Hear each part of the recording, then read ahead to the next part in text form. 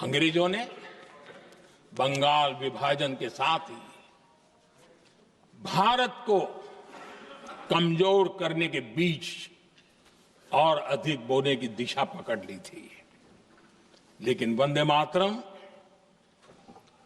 एक स्वर एक सूत्र के रूप में अंग्रेजों के लिए चुनौती बनता गया और देश के लिए चट्टान बनता गया।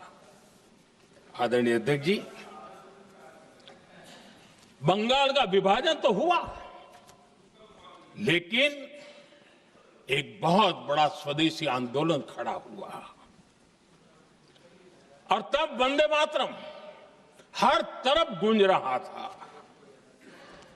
अंग्रेज समझ गए थे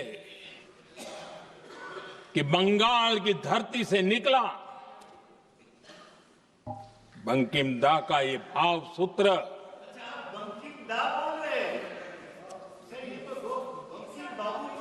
बंकिम बाबू बोले। अच्छा, thank you thank you thank you thank you thank you आपकी भावनाओं के लिए मैं आदर करता हूं। बंकिम बाबू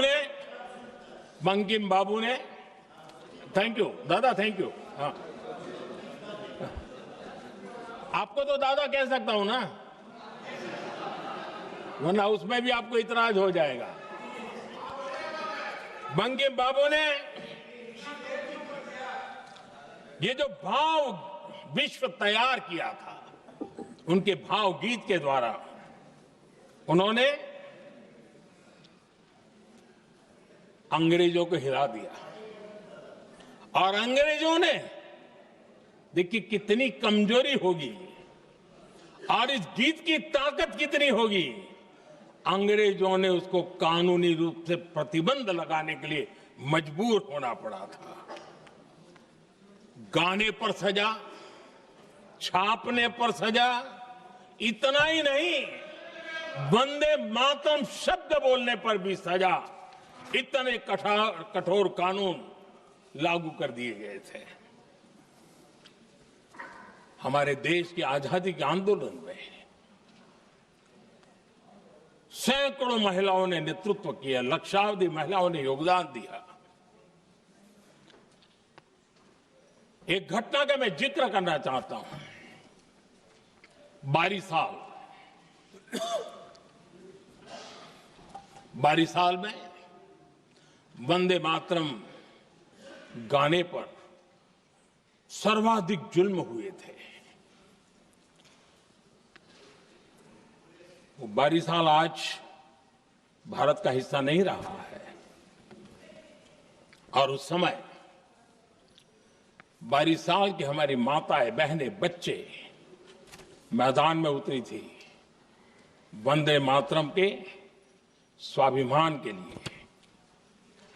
इस प्रतिबंध के विरोध में लड़ाई के मैदान में उतरी थी और तब 22 साल की एक वीरांगना श्रीमती सरोजिनी बोस, जिन्होंने उस जमाने में वहां की भावना को देखिए और उन्होंने कहा था कि वंदे मातरम जो प्रतिबंध लगा है, जब तक ये प्रतिबंध नहीं हटता है, मैं अपनी चूड़ियां जो पहनती हूं निकाल दूंगी।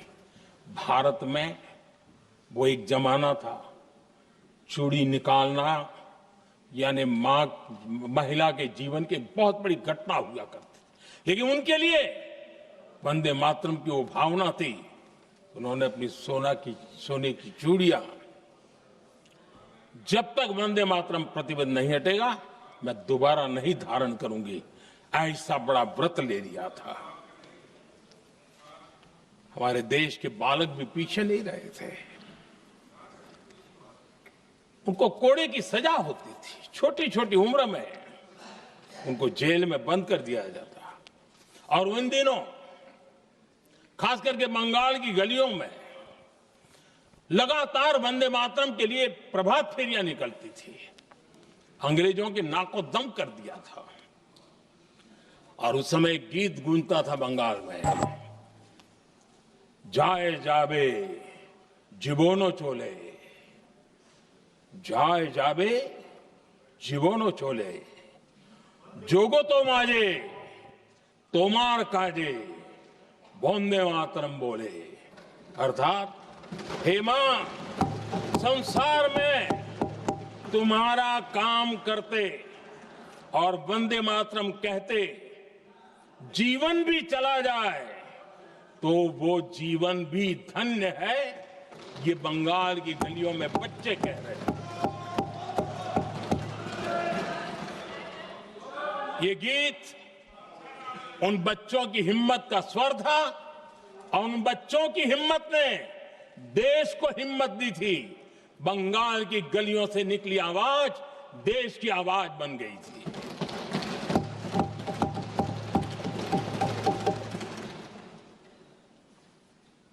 उन्नीस 1905 में फरीदपुर के गांव में बहुत छोटी छोटी उम्र के बच्चे जब वंदे मातरम के नारे लगा रहे थे, अंग्रेजों ने बेरहमी से उन पर कोड़े मारे थे। यानी एक प्रकार से जीवन और मृत्यु के बीच लड़ाई लड़ने के लिए मजबूर कर दिया था। इतना अत्याचार हुआ था। 1906 में नागपुर में नील सिटी हाई स्कूल के उन बच्चों पर भी अंग्रेजों ने ऐसे ही जुल्म किए थे। गुनाह यही था कि वो एक स्वर से वंदे मातरम बोल करके खड़े हो गए थे। उन्हें वंदे मातरम के लिए मंत्र का महात्म्य अपनी ताकत से सिद्ध करने का प्रयास किया था। हमारे जांबाज सपूत बिना किसी डर के फांसी के तख्त पर चढ़ते थे और आखिरी सांस तक वंदे मातरम, वंदे मातरम, वंदे मातरम, यही उनका भाव घोष रहता था।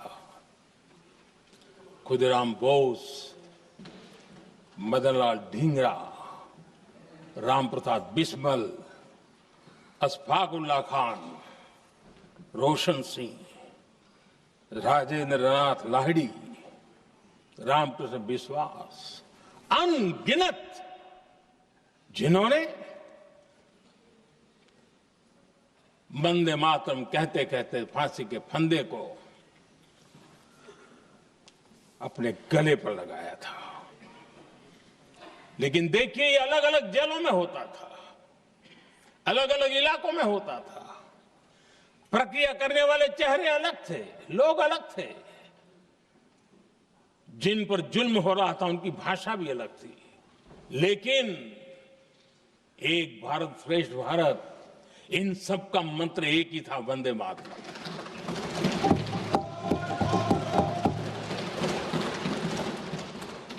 चटगांव की स्वराज क्रांति, जिन युवाओं ने अंग्रेजों को चुनौती दी, वे भी इतिहास के चमकते हुए नाम है। हरगोपाल बाग, पुलिन विकास घोष, त्रिपुर सेन, इन सब ने देश के लिए अपना बलिदान दिया। मास्टर सूर्यसेन को 1934 में जब फांसी दी गई, तब उन्होंने अपने साथियों को एक पत्र लिखा और पत्र में एक ही शब्द की गूंज थी और वो शब्द था वंदे मातरम।